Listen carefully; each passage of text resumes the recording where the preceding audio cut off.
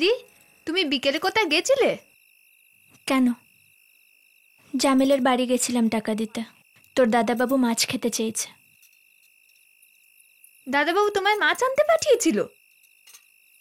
দাদাবাবু যে কেন তোমার উপর এত অত্যাচার করে আমার ভালো লাগে না। নাজনীন, আমায় ক্ষমা করো দিদি, কিন্তু তুমি এরকম হুটহাট বাড়ির বাইরে বেরিও না। বাইরে অবস্থা ভালো নয়। কি সব শুনছি। কি শুনছিস? শুনছি নাকি ঝামেলা হবে, হিন্দু মুসলমানের মারপিট লেগেছে গো দিদি। যাকগে, বাদ দাও, আমরা আছি তো। তোকে একদিন সুফি গান শোনাবো। সুফি গান? সে আবার কি গান? সুফি হলো সেই গান যেটা হিন্দু মুসলমানের ভেদাভেদ মিটিয়ে তাদের বন্ধু করে তোলে। তুমি খুব গান ভালোবাসো না দিদি? এই জিনিসটাকে কত যত্ন করে রাখো। জিনিস নয়, এটার নাম তানপুরা। তোর নাম তো নাজনীন, তুই তোর নামের মানে জানিস? না। নাজনীন মানে হলো ডেলিকেট। ক্রিকেট? ডেলিকেট মানে কোমল এবং সুন্দর।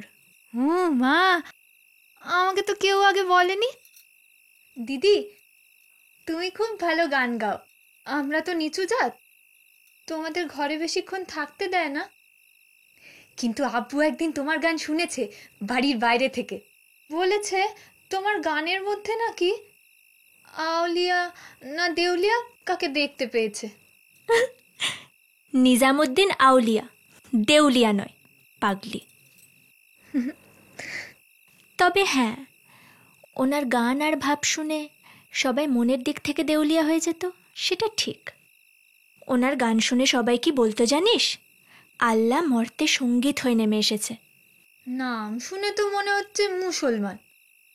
তুমি আমাদের ধর্ম সম্পর্কে এত কি করে জানো? সব ধর্মই তো একই কথা বলে নাজনীন। তাছাড়া আমার গান শেখার পেছনে ওনার একটা বড় হাত আছে রে। আমার মাও তো মির্জা গালিবের ভক্ত ছিলেন। এবার জিজ্ঞেস করবি মির্জা গালিব কে? এই রে, একেবারে ভুলে গেছিলাম। বিকেলে তোমার বাড়ি থেকে ফোন এসেছিল, তুমি তখন ছিলে না। দিদি, অপরাধ দিও না, আমি একেবারে ভুলে গেছিলাম। যাকগে, তুই এখন যা, সবজিগুলো কাট। আমি বরং একটা বাড়িতে টেলিফোন করে নি। আচ্ছা।